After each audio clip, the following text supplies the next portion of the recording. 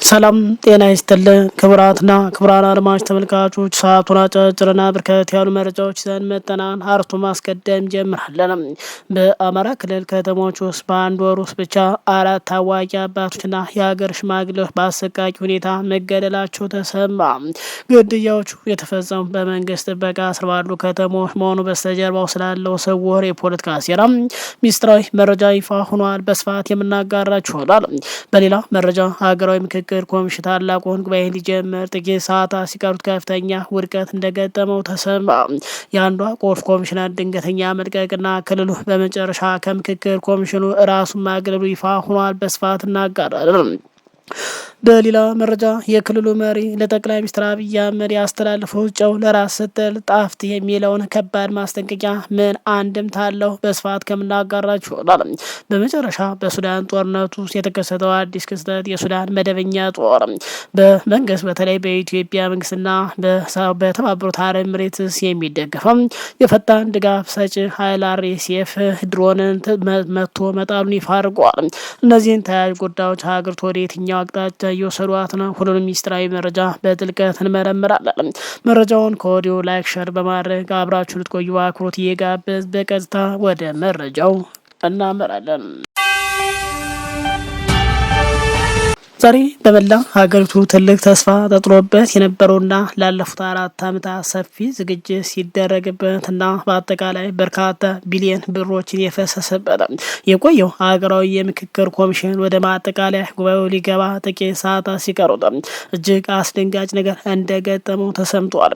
በአንድ በኩል የኮሚሽኑ ቁልፍ ባለስልጣን በገንዛ ፈቃዳቸው ስልጣን መልቀቃቸው ሲሰማ፣ በሌላ በኩል ደግሞ በትግራይ ክልል ስልጣን ላይ ያለውና በዶክተር ደብረጽዮን ገብረ ሚካኤል የሚመራው አስተዳደር ከምክክሩ ራሱን ሙሉ በሙሉ ማግለሉን በይፋ አውጇል። ይህንን ተከትሎ የምክክሩ ታማኝነትና የወደፊት ዕጣ ፈንታ ከፍተኛ ጥያቄ ውስጥ መውደቁ ተገልጿል። አገራዊ የምክክር ኮሚሽን ታላቁን ሀገር አቀፍ ጉባኤ ሊጀምር ዋዜማ ላይ በነበረበት ሰዓት እጅግ አስደንጋጭ መርዶ ነው የሰማው ተብሏል። ከ11 መስራች ኮሚሽነሮች መካከል አንዷ የሆኑት ኮሚሽነር ብሌን ገብረ መድህን ኃላፊነታቸውን በገንዛ ፈቃዳቸው መልቀቃቸው ተረጋግጧል። የመረጃ ምንጮች እንደገለጹ ኮሚሽነር ብሌን የመልቀቂያ ጥያቄ ያቀረቡት 3ኛ ዲግሪያቸውን ለማጠናቀቅ ብዙ ጊዜ እንደወሰደባቸው ትኩረት ማድረግ እንደሚፈልጉ በመጥቀስ ቢሆንም በፖለቲካ ታዛቢዎች ዘንድ ግን የተለየ ተርጉም እየተሰጠው ይገኛል። ኮሚሽኑ በጉባኤው የሚጀመርበት ቀንና ዋና አጀንዳ በቀጥታ የቴሌቪዥን ስርጭት ይፋ ባደረገበት ወቅት ኮሚሽነር ብሌን አለመገኘታቸው ስጋቱን አጠናክሮታል። በርካቶች እንደሚያምኑት የኮሚሽኑ አካሄድና ታሪካዊ ተጠያቂነት ያሰጋቸው አመራሮችም በመጨረሻው ሰዓት በትምህርትና በግል ጉዳይ ስም ሰበብ ፈጥረው ራሳቸውን እያገለሉ ይገኛሉ ተብሏል። በአሁኑ ሰዓት ከ11 ኮሚሽነሮች መካከል በሞትና በፈቃደኝነት መልቀቅ ምክንያት የተረፉት አሁን 8 ብቻ እንደሆነ ተገልጿል። ይህ በእንዲህ እንዳለ ሌላው ትልቅ ድንጋጤ የመጣው ከመቀሌ ነው። በትግራይ ክልል በዶክተር ደብረጽዮን ገብረ ሚካኤል የሚመራው የክልሉ አስተዳደር በትግራይ ሕዝብ ስም በዚህ ሀገር አቀፍ የምክክር ጉባኤ ላይ ፈጽሞ እንደማይሳተፍ በይፋ አስታውቋል። አስተዳደሩ በሰጠው መግለጫ የምክክር ጉባኤ የትግራይን መሰረታዊ ጥያቄ የማይመልስ በመሆኑ ሙሉ በሙሉ ውድቅ ማድረጉን ይፋ አድርጓል። ይህ በእንዲህ እንዳለ ከትግራይ በመባረሩ የተነሳ በዘንድሮው ምርጫ ሳይሳተፍ የቀረው ስምረት ፓርቲ የተባለው አካል በበኩሉ የቀድሞ የክልሉ ፕሬዝዳንት አቶ ጌታቸው ረዳ፣ አቶ ሀፍቱ ኪሮስና ወይዘሮ አልማዝ ገብረ ጻድቅን ጨምሮ ሌሎች ሰዎችን በምክክሩ ላይ የሚሳተፉ ተወካዮች እንደሆኑ ገልጿል። ይሁን እንጂ እነዚህ ግለሰቦች ከትግራይ ክልል አስተዳደራዊ ስልጣን ከወጡ ቆይተው በአዲስ አበባ የሚኖር በመሆናቸው በትግራይ ሕዝብ የመወከል ህጋዊ ማህበራዊ መሰረት የላቸውም የሚለው ጠንካራ ተቃውሞ በክልሉ እንደተደመጠ ይገኛል። ይህ ምክክር ሀገራዊ ሰላም ያመጣል በሚል የሚነሳው ተስፋ ይበልጥ ያጨለመው በሀገሪቱ ያሉ ታላላቅ ኃይሎችንም አለመካተታቸው ነው። በአማራ ክልል ሰፊ ቦታዎችን ተቆጣጥሮ የሚንቀሳቀሱ የፋኖ ኃይል እንዲሁም በሌሎች አካባቢ ያሉ ታጣቂ ኃይሎች በዚህ ምክክር ውስጥ አልተካተቱም ተብሏል። ከዚህ ባሻገር በርካታ ተጽዕኖ ፈጣሪ የአማራ ፖለቲከኞች፣ ሊቃውንትና ጋዜጠኞችም አሁንም በስር ላይ ይገኛሉ ተብሏል። ታዋቂ የፖለቲካ ፓርቲ ታጣቂ ኃይሎች ሳይቀሩ እስረኞች ሳይፈቱም ሁሉም ወገን እኩል ሳይሳተፍ የሚደረግ ምክክር ከወሬ የዘለለ ዋጋ የለውም በሚል ሂደቱን እየተቃወሙት ይገኛሉ። ይህ በኮሚሽኑ የሚተላለፍ ማንኛውም ውሳኔ በመሬት ላይ ተፈጻሚነትና ተቀባይነት እንዳይኖራቸው ከወዲሁ ትልቅ እንቅፋት ፈጥሯል ተብሏል። በርካቶች ግን ይህ በርካቶች ያልተሳተፉበት የምክክር ኮሚሽን ውሳኔ በሀገሪቱ ሌላ አዲስ ጦርነት ይፈጥራል በማለት ስጋታቸውን በመግለጽ ላይ ናቸው። አሁን ዘግየት ብሎ በወጣ መረጃ ዋና የኮሚሽነሩ መሪ ፕሮፌሰር መስፍን አርአያ በተመሳሳይ የስልጣን መልቀቂያ አስገብተው እንደነበር ተገልጿል። ይሁን እንጂ ጠቅላይ ሚኒስትር ግን የጀመርከው ሳትጨርስ መነቃነቅ የለህ በሚል መልቀቂያው ተቀባይነት ማጣቱም ተገልጿል። በሌላ መረጃ ደብረጽዮን ጠቅላይ ሚኒስትር አብይን አስጠንቅቀዋል። ጨው ለራስ ስትል ጣፍጣሊያ ሲሉ አስጠንቅቀዋል። በህዝቦች መካከል ግጭት፣ አለመተማመን መፍጠር እንደ ቁስ የፖለቲካ መሳሪያ በመጠቀም በስልጣን ለመቆየት የተጓ አካላት ባለፉት ዓመታት የአማራና የትግራይ ህዝቦች በማያባራ ግጭትና ቁርሾ ለማስገባት ያልተደረገ ጥረት ሆነ። ያልተፈነቀለ ድንጋይ የለም፣ ሆኖም ግን አልተሳካም ሲሉ ገልጿል።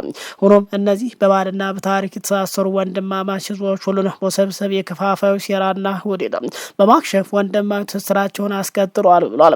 ይህ ትስስርና መደጋገፍ በሂደት ይበልጥ እየጠነከረ እንደሚሄድ ምንም ጥርጥር የለውም ሲሉ ደብረጽዮን ገብረ ሚካኤል ገልጿል።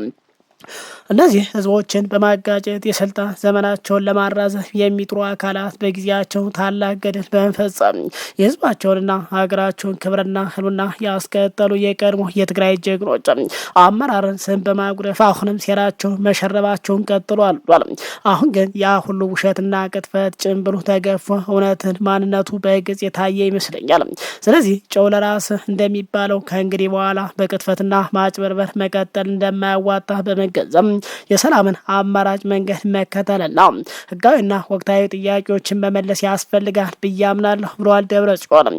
አሊያም የሚከተል ነገር ከባድ ነው በማለት ደብረጽዮን ገብረ ሚካኤል ጠቅላይ ሚኒስትር አብይንና አገዛዛቸውን አስጠንቅቀዋል። ባለፈው አንድ ወር ባልሞላ ጊዜ ውስጥ ብቻ በአማራ ክልል የተለያዩ ከተሞች ውስጥ 4 ታዋቂ የሃይማኖት አባቶችና የሀገር ሽማግሌዎች ባልታወቁ ታጣቂዎች እጅ ህይወታቸው አልፏል ተብሏል። ይህ ክስተት በመላው ሀገሪቱ ከፍተኛ ድንጋጤና ስጋት የፈጠረ ሲሆንም ከጥቃቶቹ በስተጀርባ ስላለው የፖለቲካ ሴራም እርስ በርስ የሚጋጩ ወንጀላዎችና ስጋቶች እየቀረቡ ይገኛሉ። የመጀመሪያው አሳዛኝ ክስተት የተሰማው በትናንትናው ዕለት ሐምሌ 6 ቀን 2018 ዓ.ም በወሎ ቤተ አማራ ባቲ ወረዳ እድሜያቸው ሙሉ ሰላምን ሲሰብኩና የተጣሉትን ሲያስታርቁ የኖሩ ታዋጁ የሃይማኖት አባትና የሀገር ሽማግሌ ሼህ ያህያ ኢማም በታጣቂዎች እጅ በግፍ መገደላቸው ተገልጿል። በተመሳሳይ ከወራት በፊትም ባለፈው ሰኔ 17 ቀን 2018 ዓ.ም በዚሁ በባቲ ከተማ የጓዝዋ አቡነ ተክለ ሃይማኖት ቤተክርስቲያን አገልጋይ የነበሩት ቀሲስ ፍሬው ሀብታው በተመሳሳይ መንገድ ህይወታቸው እንዲያልፍ መደረጉ የሚታወስ ነው። ጥቃቱ ከነዚህ አባቶች ላይ ብቻ አላበቃም። ባለፈው ሰኔ 20 ቀን 2018 ዓ.ም በጎጃም ቀጠና ዳንግላ ከተማ ቀበሌ 02 የሚገኝ የቁጥሯ መስጊድ ኢማም ሼህ ሶፊያን አደም ከክልሉ ጸጥታ ኃይሉ በተኮሰ ጥይት ተመተው ህይወታቸው እንዳለፈ በወቅቱ መገለጹ ይታወሳል። ከሁለት ቀናት በኋላ ሰኔ 22 ቀን 2018 ዓ.ም በጎንደር ጠቅላይ ግዛት ደንቢያ ወረዳ ጨዋይት ቀበሌ ላይ ሼህ አብደላ መሐመድ የተባሉ ታላቅ አሊ በመኖሪያ ቤታቸው ውስጥ እንዳሉ ጭንብል በለበሱና በወታደራዊ ፓትሮል በሚንቀሳቀሱ ኃይሉ ጥቃት ተፈጽሞባቸው ህይወታቸው ማጣታቸው በወቅቱ መገለጹ ይታወሳል። ይህ በአጭር ጊዜ ውስጥ የተፈጸመው የተከታታይ ግድያ ሰንሰለት የሃይማኖት ተቋማትና ህዝብን እርስ በርስ ለማጋጨት ሆን ተብሎ የተቀነባበረ አደገኛ የፖለቲካ ሴራ ነው በሚል በሰፊው እየተነገረ ይገኛል። የወቅቱ ፖለቲካ ታዛቢዎችና የሚዲያ ምንጮች እንደሚያመላክቱት ግድያዎች የተፈጸሙ በአብዛኛው የመንግስት የጸጥታ ኃይሎች ሙሉ ቁጥጥር ባለባቸው ከተሞችና በአካባቢው መሆኑ ከዛም አልፎ ግድያ በተፈጸመባቸው አካባቢዎች የመንግስት ስራዎች ካምፖች አጠቃላይ ሰራዊት ካምፖች መኖራቸው ጥያቄዎችን አስነስቷል ተብሏል። በዚህ ምክንያት በህዝቡ መካከል የሃይማኖት ግጭት በመቀስቀስ የህዝቡን አንድነት ለመበተንና የስልጣን እድሜን ለማራዘም ሲባል በስውር የተደራጀ ገዳይ ቡድን የተሰማረ መሆናቸው የሚጠቁ መረጃዎች በየጊዜው እየወጡ ይገኛሉ። በሌላ በኩል የፋኖ በእነዚህ ግድያዎች ላይ እጃቸው እንደሌለበት በተደጋጋሚ እያስተባበሉ ይገኛሉ። እንደውም ግድያዎች በገለልተኛ ዓለም አቀፍ አካላትና በሰብአዊ መብት ተሟጋች ድርጅት አማካኝነትም ጥልቅ ምርመራ እንዲደረግበት በተደጋጋሚ ጥሪ እያቀረቡ ይገኛሉ። ነገር ግን የክልሉ መንግስት እስካሁን ወንጀለኞችን ለህግ ከማቅረብ ይልቅ በጉዳዩ ላይ ዝምታን መምረጡ ጥያቄው ይበልጥ አሳሳቢ አድርጎታል ተብሏል። በኢትዮጵያ ለዘመናት በወንድማማችነትና በመከባበር አብሮ የኖረው ህዝብ በሃይማኖት ሽፋንም እርስ በርስ ለማጋጨት የሚደረግ ጥረት እጅግ አደገኛ ነው ተብሏል። ሚዲያችን ያነጋግራቸው የሁለቱ እምነት ተቋማት አባቶች እንዳመላከቱት ከሆነ ህዝቡ ይህንን የጥፋት ሴራ በመረዳት በንቃት ተደራጅቶ ራሱንም የሃይማኖት አባቶችን እንዲሁም የሀገሪቱን የዘመናት የወንድማማችነት ሴት ሊጠብቅ ይገባ ሱሪ ጥሪያቸውን አስተላልፈዋል። የንጹሃንና የሃይማኖት አባቶች ደም በከንቱ መፍሰስ በአስቸኳይ ሊቆም ይገባል በማለት ገልጸው በተለይ በሁለቱ ክልሎች ማለት በኦሮሚያ እና አማራ እምነት መሰረት ተደርጎ የሚፈጸም ግድያ መቆም እንዳለባቸው መንግስት ገዳዮችን በአስቸኳይ በምርመራ ማሳወቅ እንደሚገባው በርካቶች ተቃውሞ በማሰማት ላይ ናቸው። በመካከለኛው ምስራቅ የተቀሰቀሰው አዲሱ ውጥረትና የኢትዮጵያ ዲፕሎማሲያዊ ዝምታ ጠቅላይ ሚኒስትር አብይ አህመድ ለሀዘን መግለጫ ኳታር በገቡበት ቅጽበት የገዢው መንግስት የቅርብ ወዳጅ የሆኑት የተባበሩት አረብ ኤሚሬት መርከቦች በወሩን ወሽመጥ ጥቃት እንደደረሰባቸው ተሰማ። ጥቃቱን ተከትሎ ኳታር ድርጊቱን በይፋ ስታወግዝ ጠቅላይ ሚኒስትር አብይ አህመድ ግን በይፋ ዝምታን መምረጣቸው ተሰምተዋል። በመካከለኛው ምስራቅ እጅግ ወሳኝ በሆነው የሆርሙዝ ወሽመጥ የባህር መስመር ላይ አዲስ ወታደራዊ ውጥረት መከሰቱ ተገልጿል። ጠቅላይ ሚኒስትር አብይ አህመድ ለቀድሞ የኳታር አሚር ሼህ አህመድ ቢን ሻሌብ አሊፍ አልታኒ ህልፈት የሀዘን መግለጫ ለመስጠት ዱዓ በገቡበት ወቅት በኢራን እና በተባበሩት አረብ ኤሚሬት መካከል አዲስ ፍጥጫ ተፈጥሯል። ከአረብ ሚዲያዎች በወጣ መረጃ መሰረት በሆርሙዝ ወሽመጥ አቅራቢያ ይንቀሳቀሱ የነበሩ ሁለት ግዙፍ የተባበሩት አረብ ኤሚሬት የንግድ መርከቦች በኢራን ድሮን ጥቃት ደርሶባቸው ሙሉ በሙሉ ወድመዋል ተብሏል። ይህ ጥቃት በኤሚሬትስ ንብረቶች ላይ ከፍተኛ ውድመት ማስከተሉ የተነገረ ሲሆንም የአካባቢ ሀገራት ሁኔታውን በቅርበት እየተከታተሉ ይገኛሉ ተብሏል።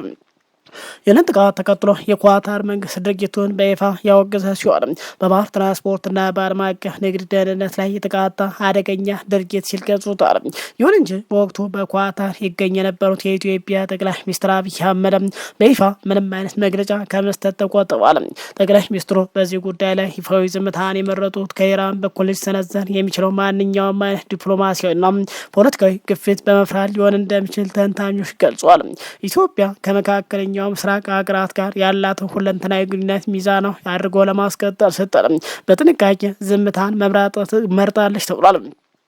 ምንም እንኳ ጠቅላይ ሚኒስትር አብይ አህመድ በይፋ የሚዲያ መግለጫ ዝምታን ይምረጡ እንጂ ከመጋረጃ አጠቃላይ ጀርባ ግን ፈጣን ዲፕሎማሲያዊ ግንኙነት ማድረጋቸው የአረብ ሚዲያዎች ይዘግባል። እንደ መረጃዎች ከሆነ ጥቃቱ መፈጸሙ ከተሰማ በኋላ ጠቅላይ ሚኒስትሩ በስውር ለተባበሩት አረብ ኤሚሬት መሪ ለሼህ መሐመድ ቢን ዛይድ አል ናህያን በመደወል ማጽናኛ ሰጥተዋል ተብሏል። በዚህ የስልክ ውይይት ላይ ጠቅላይ ሚኒስትሩ ለኤሚሬትስ መንግስት ያላቸውን አጋርነት ቢገልጹም በሀገር ውስጥ ባለው ወቅታዊ ሁኔታና በዓለም አቀፍ ፖለቲካ ውስብስብነት ጋር ጉዳዩ ወደ ሚዲያ እንዳይወጣና ይፋዊ መግለጫ ከመስጠት መቆጠቡ እንደሚመርጡ ገልጿል ተብሏል።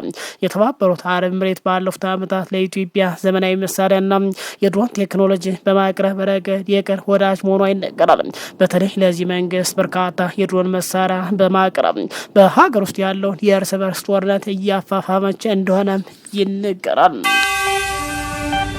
የሱዳን መንግስት ለኢትዮጵያና በተባበሩት አረብ ኤሚሬትስ በተለይ ደግሞ በሚታገዘው የአርኤስኤፍን ድሮን ማውደሙን ይፋ አድርገዋል። የሱዳን መደበኛ ጦር ከፈጣን ድጋፍ ሰጪ ኃይል አርኤስኤፍ ጋር የሚያደርገው ውጊያ በበረታበት በዚህ ወቅት በሰሜን ኮርዶፋን ግዛት በኤል ኦቤይድ አጠቃላይ ከተማ አቅራቢያ ዘመናዊ የቻይና ምርት የሆነችው ድሮን መቶ መጣሉን አስታውቋል። ጦሩ በአንድ ወር ውስጥ ተመሳሳይ ድሮን ምርት መቶ ሲጥል ያሁኑ ለሶስተኛ ጊዜ መሆኑ ተገልጿል። የሱዳን መከላከያ ትናንት ሰኞ ዕለት ባወጣው መግለጫ የአየር መከላከያ ስርዓቱ ኤፍኤች-95 ወይም ኤፍኤች-95 የተሰኘች ስልታዊ ድሮን ከኤል ኦቤይድ በስተሰሜን ምዕራብ አቅራቢያ መቶ መጣሉን ገልጿል። ወታደራዊ ተቋሙ ድሮኗ የጠላት ሰው አልባ አውሮፕላን ሲል የገለጻት ሲሆን ስለ ኦፕሬሽኑ ዝርዝር ሁኔታ ተጨማሪ ማብራሪያ ሰጠን ተብሏል። እንደ ሱዳን ጦር ገለጻ በአንድ ወር ውስጥ የተመታች ሶስተኛዋ የኤፍኤች 95 ድሮን ናት ተብሏል።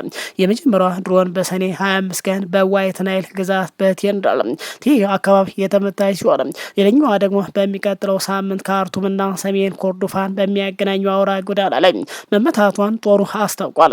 ይቺ ኤፍኤች 95 የተሰኘችው ድሮን በቻይና የተመረተች መካከለኛ ከፍታ ላይ ለረጅም ሰዓታት መብረር የምትችል ነው።